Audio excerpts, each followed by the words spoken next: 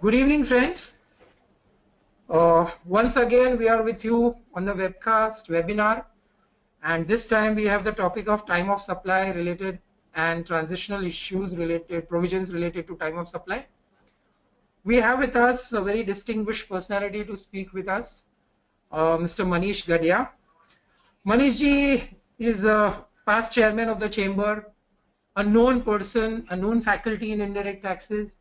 He's a chartered accountant who's currently the member of the Regional Council of the Western India ICAI. Apart from that, he has a lot of professional qualifications, and I'm sure most of you know him by name. He's also been the main power head behind the JB Nagar Study Circle, which is the CP study circle with a vast following and doing lots of innovative programs for chartered accountants. Apart from that, he has given various lectures at various forums. He is there on various committees. He's also part of the GST committee as well as the indirect tax committee of the IIT Delhi. Apart from that, he has been representing before the finance minister on various issues with respect to GST. And lastly, but not the least, he is a person with always a smile on his face and a thorough gentleman. Before I ask him to start today's webinar session, I would like to give him a memento as a mark of love and affection of the chamber, of myself, towards him.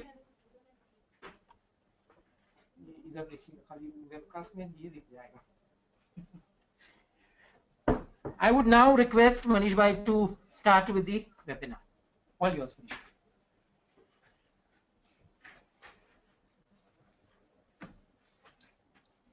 Thank you very much, Vikram Bhai, for your kind words. Whether I deserve it or not, I don't know. But being a good friend, I think you have exorbitant or said something extra for me. But again, thank you. And thanks, Chamber, for inviting me here to share my thought on the topic. So today, the topic given to me is the time of supply and related transitional provision. But before going to topic per se, you have seen almost 4 sessions on GST. On those who are watching this webinar closely, and this is the 5th webinar on GST. So you all may be knowing what is GST, but I was not aware about what is GST maybe a year back. So the best way to know what is anything is to put up on the media, social media. So you will get the answer of every question. So I also put a question, what is GST? So I got various answers to that. One of my Marwadi friend replied that GST means Ghano Saro tax. My doctor friend replied GST means glucose stimulation test. One of the Pandit replied Go Seva tax. And the same time he said he send that tax immediately to me. And Alia Bhatt also replied GST means good night, sweet dream, take care. So my humble request to all of the listener that whenever you are practicing in GST, you should take care of yourself and your client. But this is the joke apart. What is actually GST means? It is given in the FAQ issued by the government, and as of today what we are discussing or any other faculty is discussing is basically a concept of GST. We may not be going in so depth about GST. So to understand the concept of GST, the FAQ is the best legislature available as of today. FAQ says that GST, it is a destination based tax on consumption of goods and services.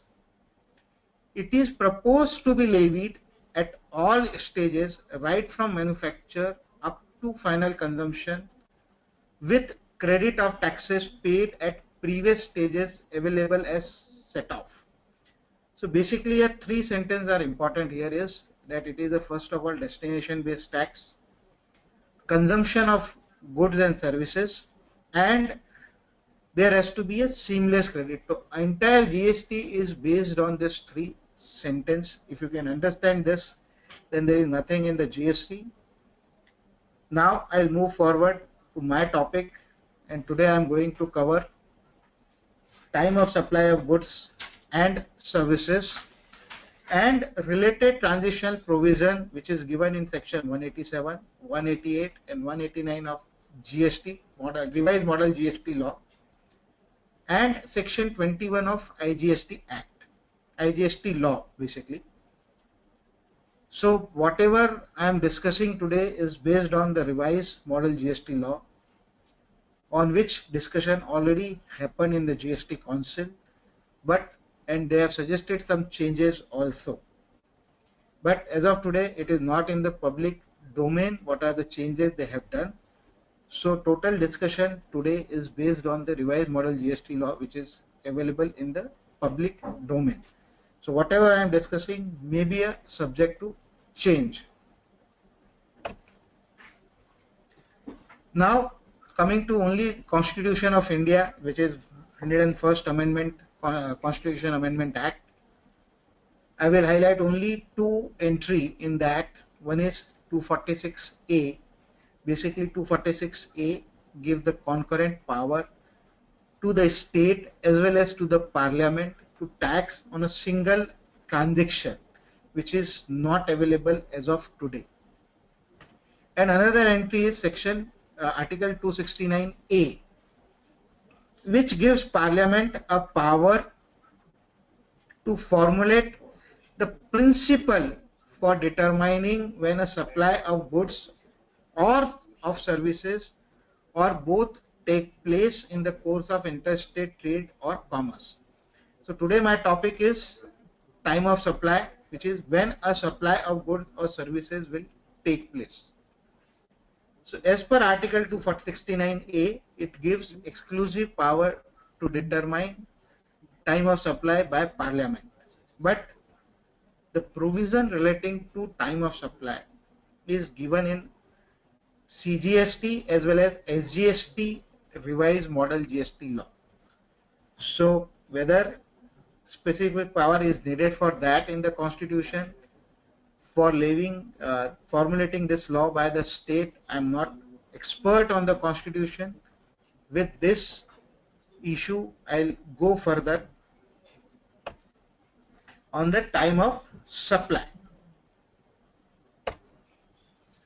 So time of supply is nothing but, I can say, a point of taxation. If we see in the current taxation law, the point of taxation in case of excise is removal of goods. So in any tax law, there is a taxable event and the point of taxation. These are the two different events. If we go to excise, the taxable event is the manufacture of goods, but that has been postponed till the removal of goods. So the taxable event is manufacturing of goods, but the point of taxation is removal of goods. So on the point of taxation, the SSC is required to pay the tax. Going forward in VAT, the point of taxation is the transfer of property in goods. And in case of service tax, the point of taxation is as per the point of taxation rules. So separate rules has been framed in case of point of taxation. But again, if you go to GST law, it has been given in three different sections, that is section 12, 13 and section 14, which deal about the time of supply or nothing but the point of taxation. So basically in GST, the taxable event is a supply.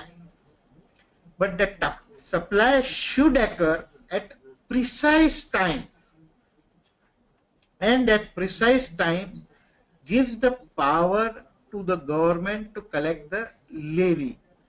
Unless that precise time occur, government has no right to recover the tax. So even if the taxable event occur, but the time of supply has not occurred, then government has no power to recover the GST. But what is time of supply? Again, it is given in the FAQ, and again it is given in model GST, revised model GST law also. The FAQ says that it fixes the point when the liability to charge GST arises, and it indicates when a supply is deemed to have been made. So basically, when the liability to charge GST arises, that will be the time of supply. But when we go to revised model GST law, section 12.1 and section 13.1 says that the liability to pay GST on goods or services shall arise at the time of supply as determined in terms of the provision of this section. So subsequent subsection of 12 and 13 will determine when the liability to pay GST on the supply will occur. So basically, time of supply is to determine the time when the GST need to be paid, or when the supply actually took place. Then time of supply of goods again is given in section 12.2. So first I will deal with the provision in respect of supply of time of supply of goods, then later part I will deal with the services part. If we see the current law, the time of supply of goods are covered in either excise or in VAT law. If we go to both the law in respect of goods, the point of taxation is only single point. In case of excise, it is the removal of goods. In VAT, it is transfer of property in goods. That is the two different, but again a single time of supply or point of taxation is there. But when we are going to GST law, they have given three variables, and out of three variables, if any variable which occur first will be the time of supply of goods. The first variable is issue of invoice by the supplier. So even if the goods is not supplied, even if money has not been received, but the SSC has issued the invoice, then also time of supply of goods will trigger. That's what we have to keep in mind. The second variable is the last date on which invoice is required to be issued with respect of supply. What is the last date on which invoice is required to be issued? We will see in the next slide. And the third variable is receipt of payment by supplier in respect of supply. So if you see the current law, excise or maybe VAT law, even if you are receiving money in advance, but goods is not supplied or goods is not sold or not removed from the factory, the SSC is not required to pay any taxes, neither VAT nor excise. But in GST law, even if you have received the money in advance, the SSC is required to pay the GST immediately on the same. How they get the power? If you go to section 3.1a, which says receipt, which says supply made or agreed to be made. So the supply, even if actually it is not happened, but it is agreed to be made, then also your taxable event will take place, or time of supply, point of taxation will trigger.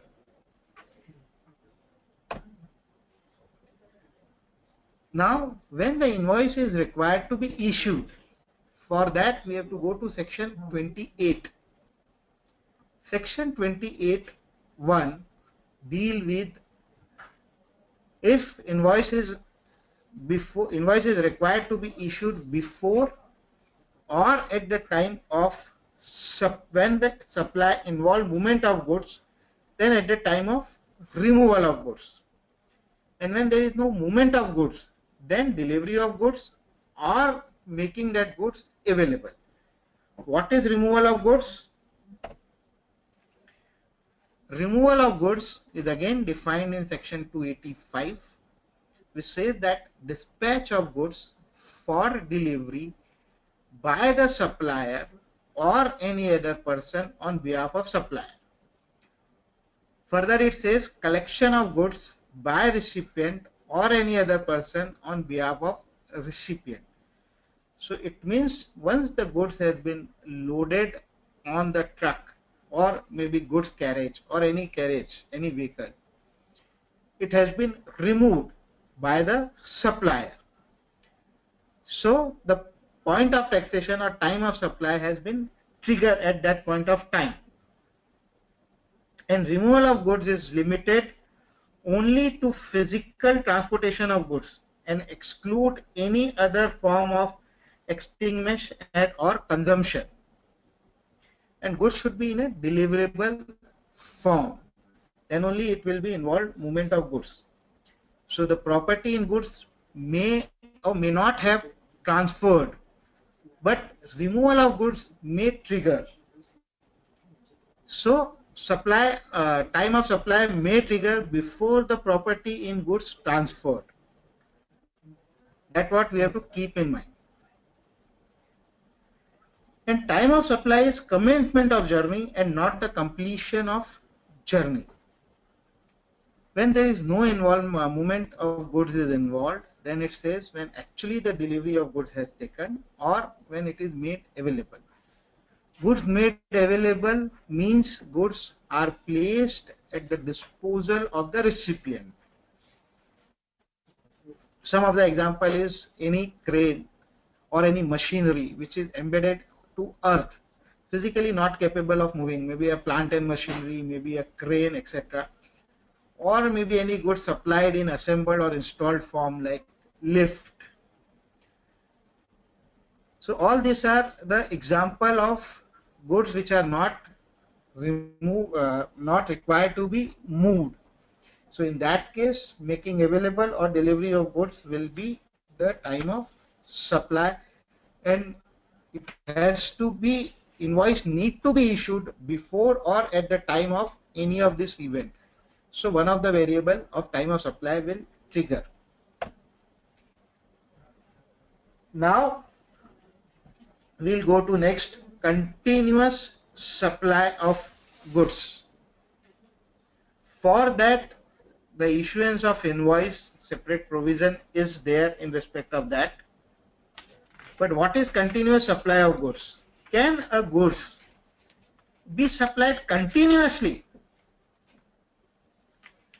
First, we will see the definition of what is continuous supply of goods.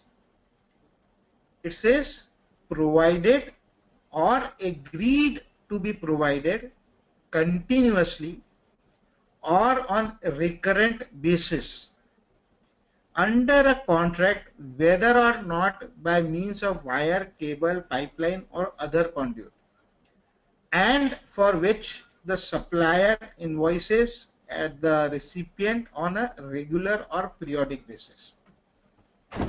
So the supply of goods, continuous supply of goods, is very wide enough to cover not only the goods which are supplied continuously, maybe through a pipeline, maybe through a conduit, wire or cable. So which kind of goods can come in this category? Maybe water. Electricity will not come because electricity duty is not going to subsume in the GST. But water can be one of the example, maybe a chemical, maybe a gas like oxygen gas, nitrogen gas may be supplied through a pipeline on a continuous basis. But again, the petroleum product will not come here because it is not going to subsume in GST. What is the meaning of here the recurrent basis? Recurrent basis means it should not be a continuous supply, but to understand better, I will give you an example. A supplier get a contract to supply maybe one truck of RMC every week. So it is a recurrent basis. Maybe supply of any goods on a periodic basis is nothing but the recurrent basis. So for that, section 28(4) says what is continuous supply of goods. In respect of that, when invoice is required to be issued, it says that when the successive statement of accounts or successive payment, if answer is yes, that invoice shall be issued before or at the time is such statement is issued. So if I got an order from my client to supply one truck of RMC every week, and as per the agreement, the invoice for the same need to be issued on the first of the next month. This is the agreement.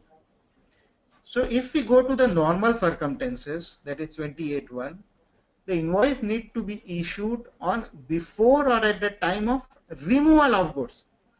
So maybe my goods may be removed on 7th, then 14th, then 21st. But since this is a recurrent basis, this is a continuous supply of goods, I will issue the invoice on next first of the month. So my time of supply will accordingly postpone to the next month, and I require to issue invoice at that point of time as per the agreement, not at the each removal.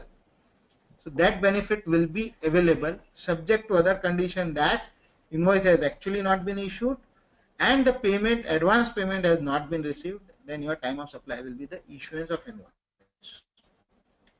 And if your agreement does not say when to be issued the successive statement or successive payment, then this law is silent. In my view, in that scenario, it will go whenever you issue the invoice or actually you receive the payment. That will be only two variables available in respect of continuous supply of goods. Second is sale on approval or sale or return or similar terms. This is the normal transaction in the business. What will be when the invoice is required to be issued in respect of this kind of transaction?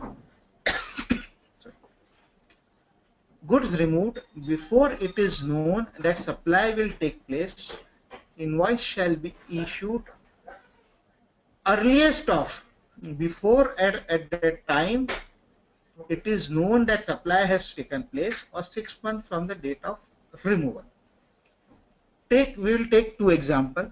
If we go to any departmental store, maybe big store, anything, maybe Lifestyle, maybe Shoppers Stop or any big store, there you will find a separate kiosk or separate section is there for each brand, maybe Louis Philippe, maybe Raymond, maybe Park Avenue, whatever, and the brand supply goods to that store on a approval basis.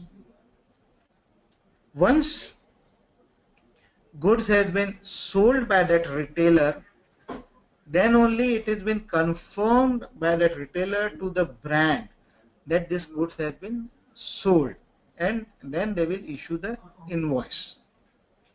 So in that scenario, the time the invoice is required to be issued by that brand on once they confirm the sale of the goods or maybe 6 months from the date of removal from their factory or their godown. To understand better, we presume that the GST law is applicable maybe from January 2017. So suppose any goods has been supplied by any brand to that retailer maybe on 1st of January. And that retail store has not sold that goods till 30th June.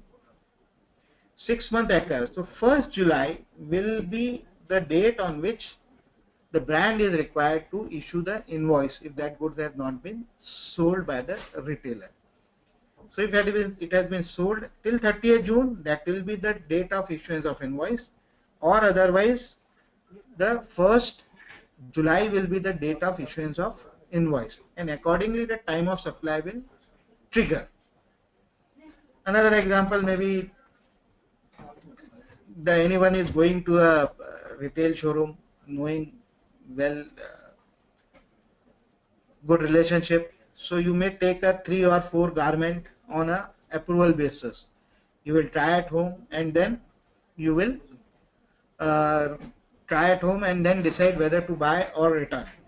So maybe on 30th of April or so, you go to the shop, pick up 5 dresses, and then maybe on 3rd or 4th or 5th May, you will revert back to them. But in normal circumstances, the removal of the goods, you are required to issue invoice.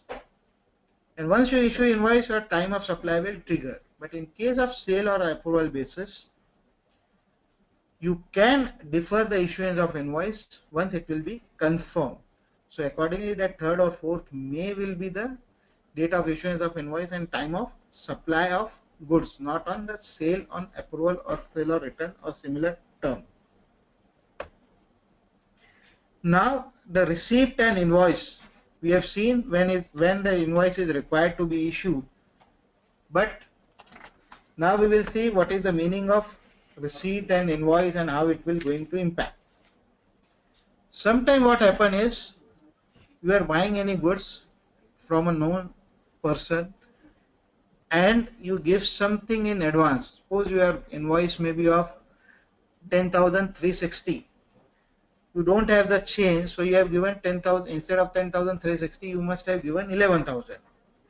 So whatever balance or extra money you have given is your time of supply will trigger, because it says any money received in advance.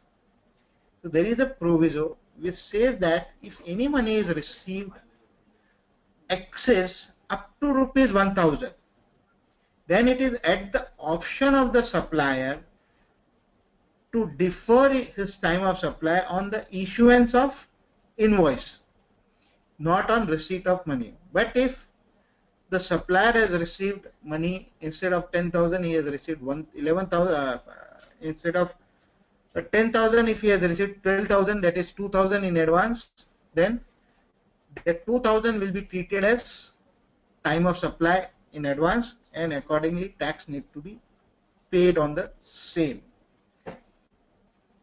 In respect of invoice and payment, the supply shall be deemed to be made to the extent it is covered by the invoice or the payment. We have already discussed that once you make the advance payment for goods, you are required to pay the GST, and which is very common also. Take an example. A manufacturer want some specific dies for the goods to be manufactured. For that die, since it is a specific die as per his requirement, the supplier will say, or manufacturer of the die will say, that you have to give me something in advance, then only I will start preparing your die as per your requirement. So the cost of the die may be 10 lakh rupees and advance given by the manufacturer to the die supplier of 2 lakh rupees. So law provides that not entire 10 lakh the time of supply will take place. Time of supply will be restricted to the extent the money is received in advance. So what we have to keep in mind is, as far as GST is concerned, we have to see that working capital will also going to increase in this kind of scenario, because current law, we are not paying any excise duty or maybe any VAT on advance receipt of payment. As far as the buyer is concerned, recipient of goods is concerned, he is going to get the credit only and only once the goods has been received by him. That must have been told in the previous webinar by another speaker. So I'm not going into detail. So maybe the time of supply will trigger first, and your credit will be eligible maybe after 2 months, 3 months, 6 months, or it may take a year also, depending on the goods what you are buying. So huge payout will, or your working capital requirement may increase because of this provision. Next is receipt of payment. It will be always earliest of entry in the books of account or credit in bank account. So today we are receiving money by RTGS. So if we are not able to see at the day end about the money is received or not, but once it is credited in the books of account but we have not entered in our books of account, then also it will be treated as a receipt of payment, and accordingly the time of supply will trigger. Now next is reverse charge mechanism. What is reverse charge mechanism? We are very familiar about reverse charge mechanism in case of services.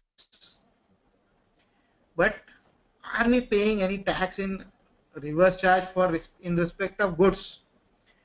But before that, we will see what is reverse charge means. It is defined in section 287. It says the liability to pay the tax by the recipient of supply of goods or services instead of supplier of goods or services in respect of such categories of supplies as may be notified. So it will not be applicable in respect of all the goods. Government will come out with some of the category of goods in respect of which the reverse charge will be applicable. If we see the current scenario, the reverse charge, we can't call it as reverse charge, but where the recipient of goods is paying VAT or maybe excise duty or any indirect tax. Maybe in respect of import of goods, the importer of the goods is paying the tax. That is the import duty or CVD, SAD, etc. Tax on purchases are there. That entry tax is there. If you go to the Maharashtra, that tiles if you import from or you are purchased from any other state other than Maharashtra, the dealer is required to pay the entry tax on that. So all these are nothing but, we can't say it is a reverse charge, but by the recipient of the goods. So maybe same category of goods or maybe some other category of goods, government will put in the where the reverse liability to pay tax will be on the recipient of goods. And whatever my experience is concerned, as far as the reverse charge is concerned in respect of services, if the liability to pay the tax has been casted on the recipient, then it has to be paid by the recipient himself. If the supplier will pay, then it will not be acceptable by the revenue authority. What is the time of supply of goods under reverse charge? It is at the earliest date of receipt of goods. We are seeing many traders who are not maintaining a goods received note. That will be a challenge, or what we have to guide to our client is that they have to maintain a record when they are receiving a goods, when they are buying any goods which are falling under reverse charge. Otherwise this is going to be a problem to prove maybe after 2 years or 3 years or 4 years or so that when actually he has received the goods, because it is one of the variable for deciding time of supply of goods. Second variable is the payment made. When the recipient of goods make the payment to the supplier of goods, and if that goods is falling under reverse charge, that will be the time of supply, and accordingly the recipient of goods are liable to pay GST on the same. And the third variable is immediately following 30 days from the date of invoice. What it means?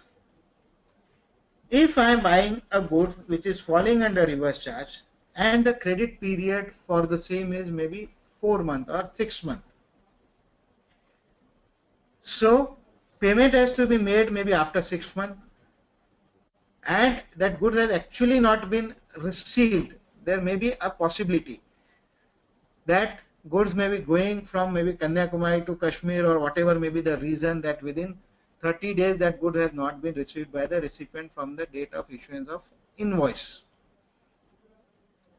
Then the third variable is going to trigger, and it says from 30 days from the date of invoice you are required to pay the GST. How the recipient of goods will come to know that supplier has issued the invoice? For that, I think already it has been covered in the previous session about the invoicing and the matching concept. So once the supplier will issue the invoice, supplier has to file in his GSTR 1, and from that the data can be captured and it will be shown in your GSTN network that your liability, your purchase, that supplier is showing the supply of goods. Accordingly, you have to pick up the data from your GSTN network, and accordingly you have to decide your time of supply and pay the tax on that. If this 3 has not been triggered at all, then they are saying in other cases book entry in the books of account. So if you made the entry in your books of account in respect of purchase of goods without receipt of the goods or without making the payment and without the invoice being issued by the supplier, then that will be the time of supply. So basically this entry is to capture the maybe the Hawala transaction, what we call or bogus purchase, what we call in VAT law currently. And again, what will be the date of payment made? Again, it is same. It says the earliest of entry in the account or credit in the books of account, whichever is earlier will be the your time of receipt of payment. Then again, law says that time of supply in respect of vouchers. What is voucher? Maybe a Sodexo pass, maybe a gift voucher. These all are nothing but the voucher. Again, in that there may be two possibilities. The supply may be identifiable at that point of time. If yes, then date of issuance of voucher will be the time of supply. In any other case, date of redemption of voucher. So maybe a company is issuing a Sodexo pass. Take an example. At that point of time, it is not clear that this voucher is going to be used for what purpose. Maybe buying a goods which may be taxable at 5%, 12%, 18 or 28%. Or maybe it can be used for any services. So supply, we can't say is identifiable at that point of time. So if it is not, then whenever they are going to be redeemed, that will be the time of supply in case of voucher. In case of residuary cases, if periodic return, if something has been left out which has not been covered in the previous, then government has come out with the residuary cases that they are saying if periodic return has to be filed, yes, and the due date of filing of return. And if periodic return need not to be filed, then maybe when the GST is paid will be the time of supply. Maybe in case of under protest, whenever you are making a payment, so maybe the time of supply may trigger when you are paying GST, but you have to need or wait for a clear-cut law in this respect. So now this all from my side as far as the time of supply in respect of goods are concerned. Now I'll move to the time of supply of services. Again, if we go to time of supply of services,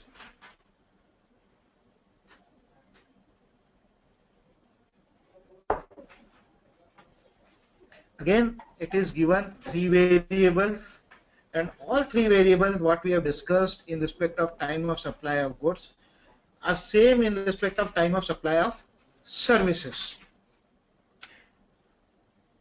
You must have dealt with schedule 2 in respect of when you are dealing with the concept of supply. Schedule 2 determine the what is service and what is goods. The main purpose of that is the time of supply of in respect of goods and services are different. So you should be in a position to determine whether it is goods or services, and accordingly you will apply the section.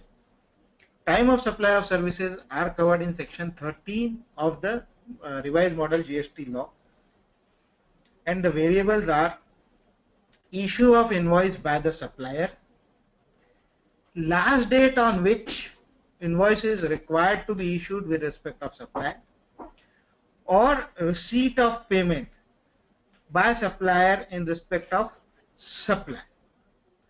So currently, if we see the point of taxation rules in respect of services, the point of taxation in respect of services says that if invoice is issued within 30 days, then date of invoice or receipt of payment. And if it is not issued within the prescribed time, then date of completion of service or receipt of invoice, receipt of payment, whichever is earlier. But here it is not mentioning anything about the completion of service. So once you have issued either invoice or once you receive the payment, whichever is earlier will be the date of which will be the time of supply, with another variable which says the last date on which invoice is required to be issued. When invoice is required to be issued in respect of services, we will see in the next slide.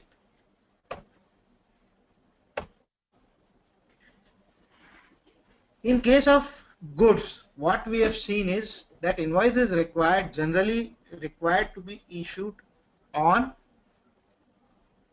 or before the removal of goods. But in respect of services, it says that invoice is required to be issued before or after the provision of service. So invoice in respect of services can be issued after the completion of service or after the service has been supplied. But invoice need to be issued within a prescribed time. The prescribed time given in the GST law is 30 days from the completion of service or from the supply of service. We should use the word supply, or 45 days in case of banking companies or NBFC.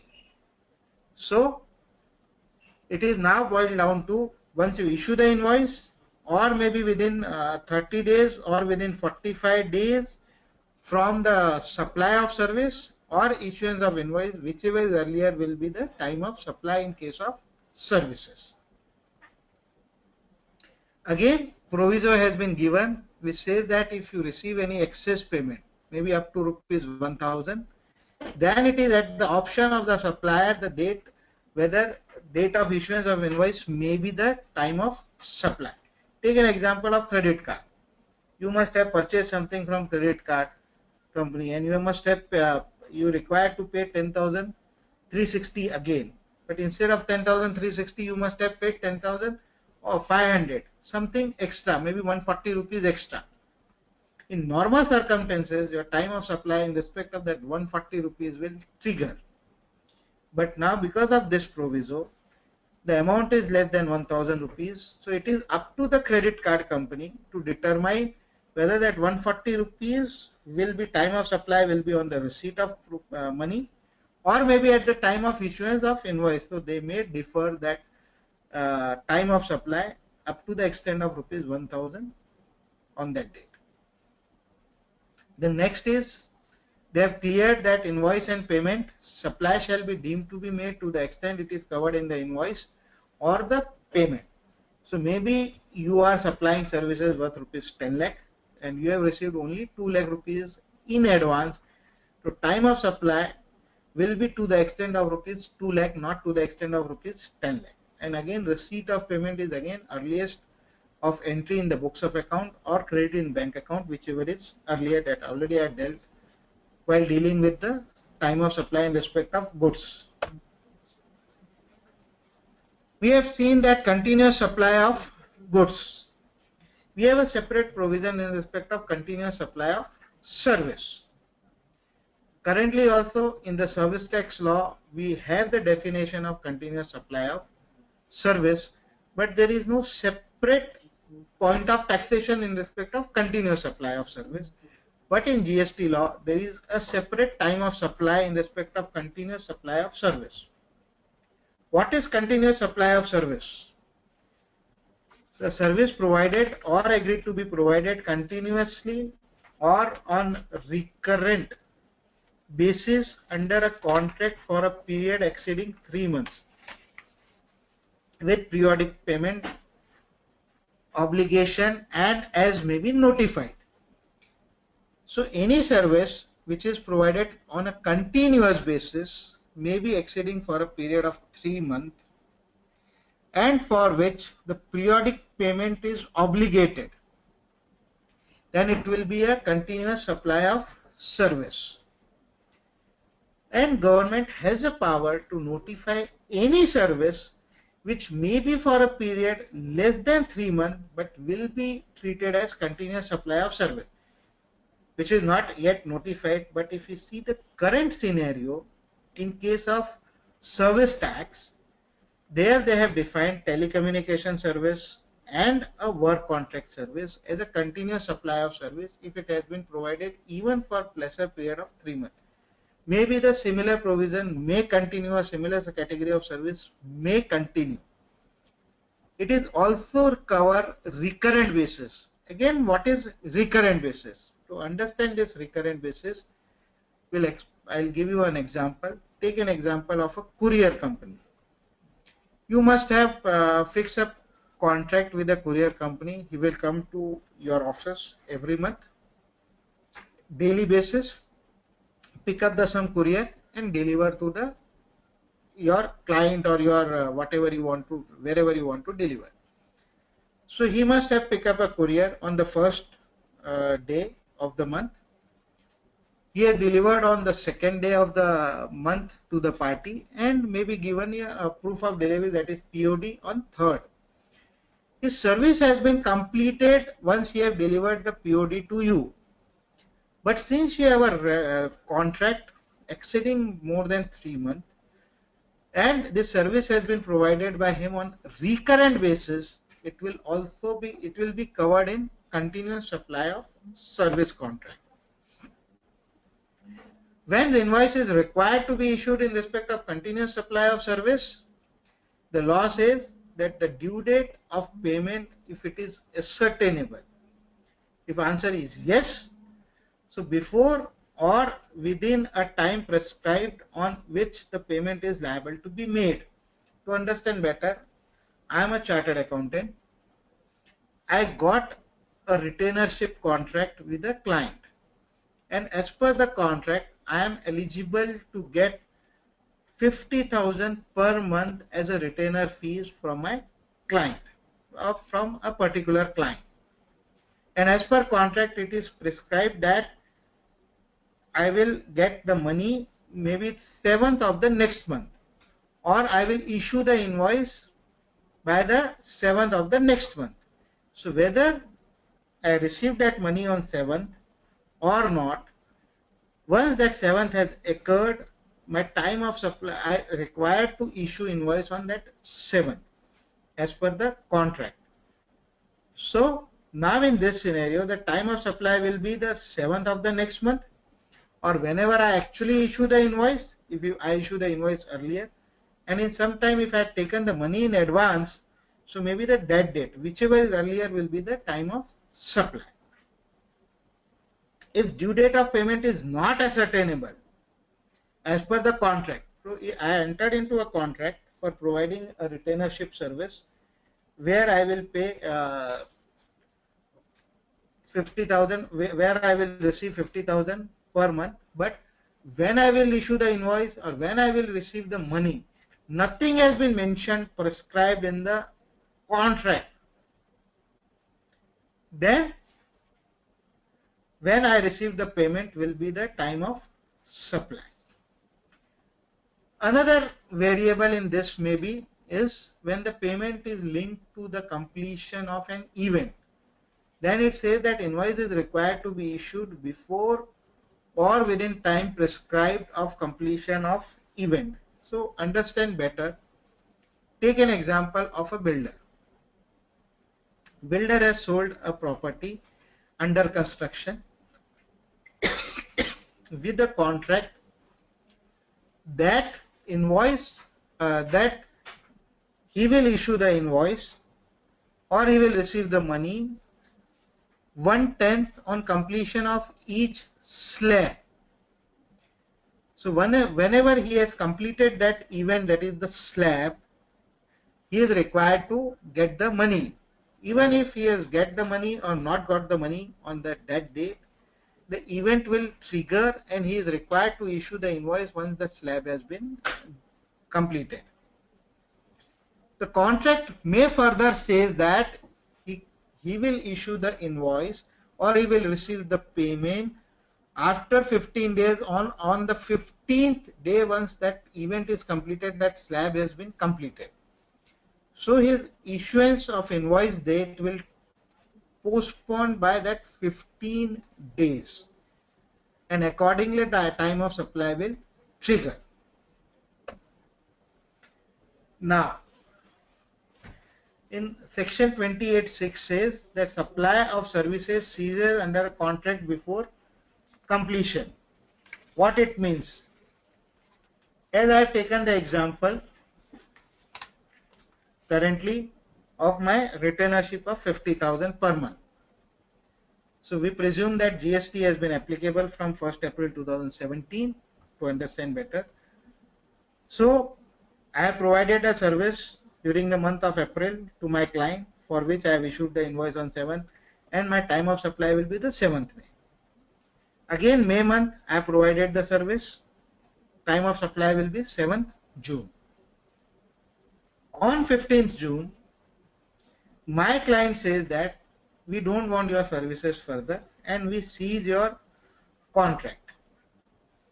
As per contract, since it is a continuous supply of service, I require to issue invoice, I require to get money on 7th of July for that 15 days.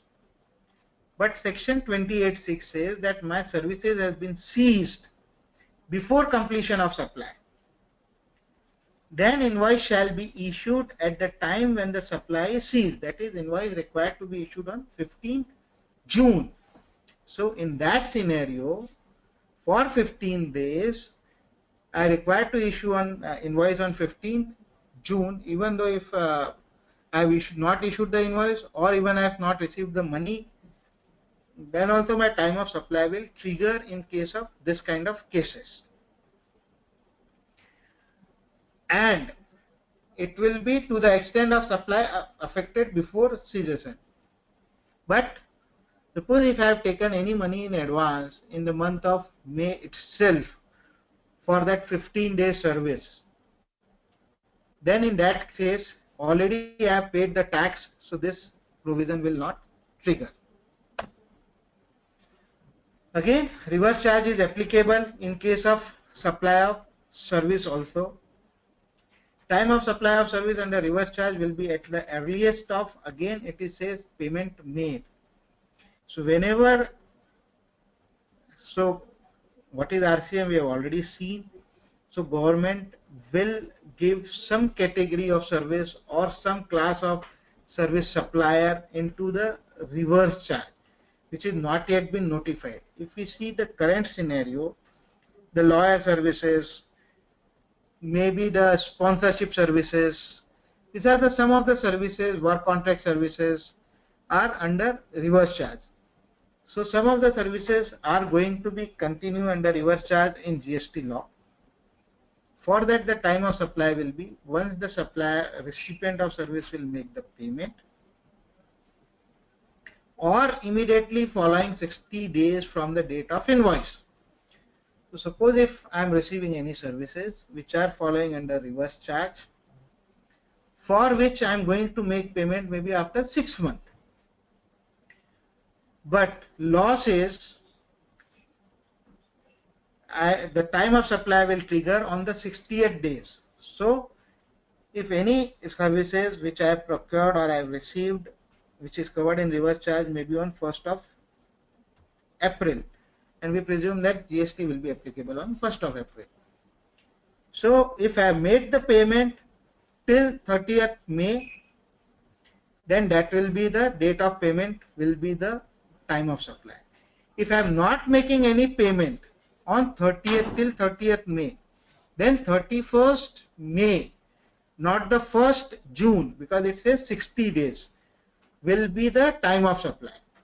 Under current scenario, the limit of 60 days is, under service tax law, is 90. So now they have reduced from 90 days to 60 days. But if we compare this limit from reverse charge under goods it is 30 days, in for services now it is 60 days. And it says if both the event has not triggered, but you have service recipient has debited the same in the books of account, then also that will be the date of time of supply of services. Again it says that associated enterprise, in case where the supplier is outside India and entry is and the recipient is in India, then the time of supply will be the entry in the account or payment whichever is earlier. So what is happening is the book account closing of a multinational company which is situated outside India will be 31st December. So sometime they will pass various closing entry in the books on 31st December. So maybe the service has not been completed, or maybe the invoice has not been issued by the foreign supplier. But due to this provision, the time of supply will trigger in case of reverse charge mechanism.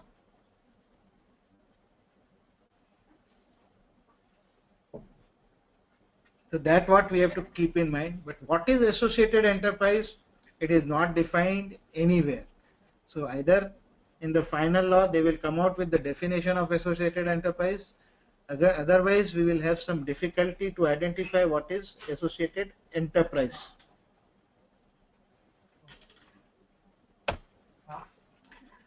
And again, what is date of payment made is earliest of entry in the books of account or credit in the bank account, whichever is earlier. Again, we have seen that time of supply in case of vouchers, in case of goods. Similar provision is there in respect of services also. So we may have a voucher to be issued in respect of services. So maybe a gift voucher issued by any spa. So there you can go and take the health services, or maybe by gym services, or maybe the spa services.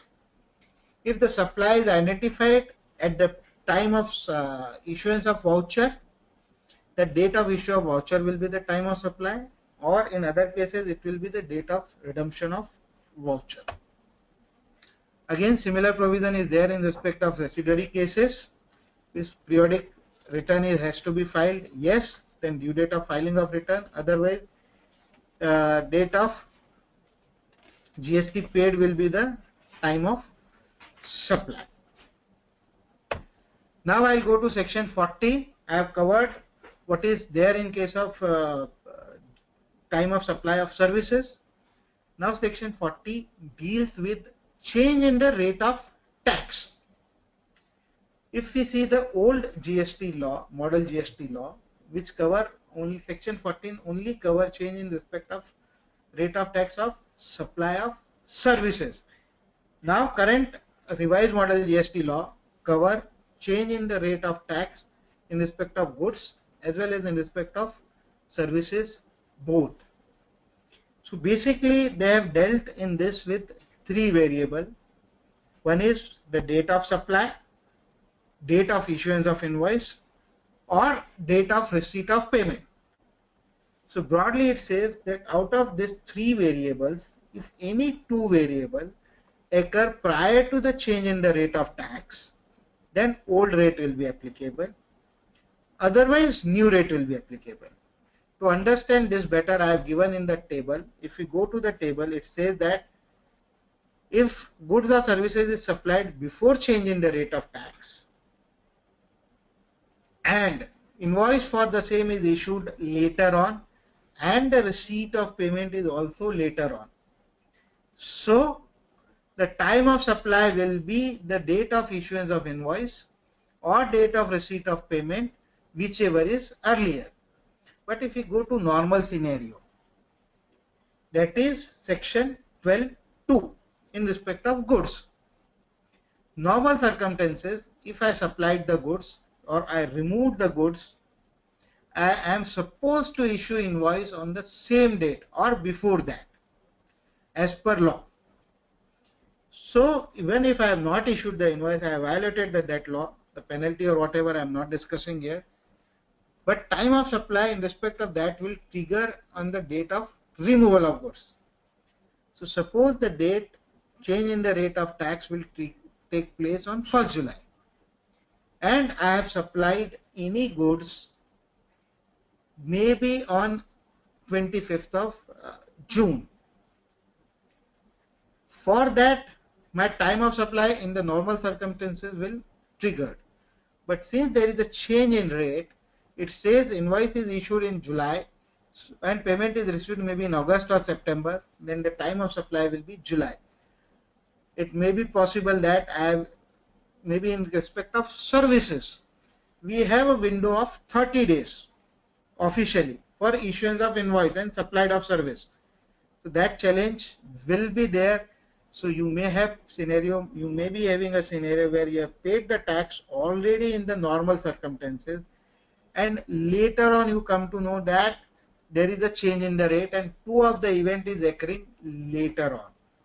So whether differential need to be paid or whatever you have paid earlier, we have to claim refund, that clarity is not there. We have to wait and watch for the clarity in the final law. And again, date of payment, we have seen that one of the variable in case of change in the rate of tax is there. So normal circumstances, it is date of entry in the books of account or date of credit in bank account. But in case of change in the rate of tax, this is that date of credit in bank if not within 4 working days, otherwise date of deposit. So as I discussed, 1st July will be the change in the rate of tax. So I have issued the invoice maybe on 25th June. And for that I received the money also. I have received the check dated 30th June also from the client. But maybe due to clerical error or anything, it has been kept in the drawer of the cashier and which has been deposited maybe later on. Unless it is not credited in my books of account maybe till 4th July, that is 4 working days, then I cannot get the benefit of old rate. I have to pay the tax as per the new rate only. Now I'll go to the transitional provision. Transitional provision where the progressive or periodic supply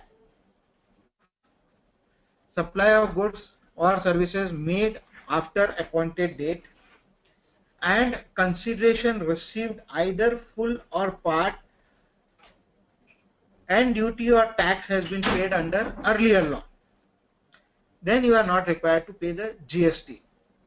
I am not able to understand this provision because it says that supply of goods. In respect of transitional provision, if we see the current law, either the excise law or the VAT law, where I am not liable to pay any taxes or any duty on advance received. So this can be only possible in respect of services. So why they have included goods, difficult for me to understand.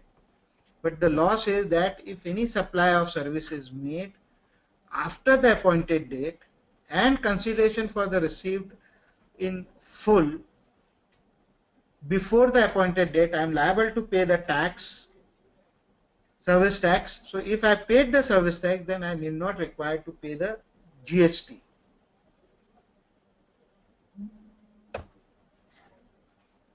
Then again, further law says that point of taxation under earlier law. It says that tax in respect of taxable service or taxable goods payable under earlier law to the extent of point of taxation in respect of such services goods arose before appointed date, so no GST should be payable on the same. So what is the point of taxation in respect of such goods or services? That already we have discussed, that in case of excise, the removal of goods, VAT, the transfer of property in goods, service tax as per point of taxation. So if it has been occurred in the earlier law and you have paid the tax, then you are not required to pay the GST. Then import of service or interstate supply made after appointed date but initiated before. So this provision is given in section 21 of IGST law. It says what is the transaction initiated, means if either invoice or payment, maybe full or maybe part, has been received or made before appointed date. It means transaction has been initiated. So whether you have provided the service, you have supplied the goods, has no relevance. Only the invoice or maybe payment. And if tax is paid under earlier law, full, no GST. If paid in part, then on the balance portion GST need to be paid. And if no tax has been paid under the earlier law, then it says that GST has to be paid in full. So to tabulate that, I have given in tabular form. It says that import of service and interstate supply when the provision of service, issue of invoice or receipt of payment. If provision of service is before, issue of invoice is later, and receipt of payment is also later, then transaction is not initiated in this scenario. GST need to be paid. In any of the scenario, either invoice or either payment, anything has been issued earlier, then SSC need to pay the service tax. So this is what we thought of in respect of GST. It will be a smooth sailing, or maybe a single, maybe a jug-free highway will be there. But what we are going to receive is this complicated route. But as a professional, good professional, maybe a chartered accountant, maybe a lawyer, we are the best professional available to understand the GST. And once we understand that, I am sure that we can take our client through this complicated route also. So whatever I discussed today was my opinions or views, and opinions or views are like wristwatches. Every watch shows different time from others, but everyone believes that their time is right. So any issue is there, so I can deal with that.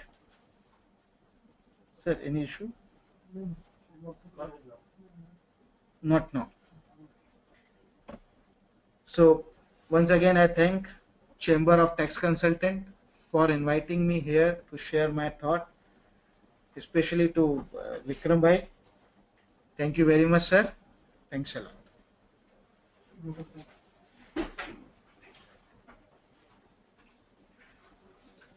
Good evening, everyone. It's indeed a pleasure to present a very well-deserved and hearty vote of thanks to our speaker for today's session, CA Manish Gadia ji. I think everyone will agree that he has taken up this topic of time of supply under GST with very intricate details, and by and large he has dealt with each and every complexity in every provisions. He has enlightened us and he has enriched our knowledge. And for this, I would like to propose a very well-deserved vote of thanks to him. Thank you very much, sir, for sharing your knowledge with us. I would also request Chairman Shri Vikram Mehta to please present a small present to a speaker as a gratitude for taking out the time to come over here on this session. Please, sir. Thank you, sir.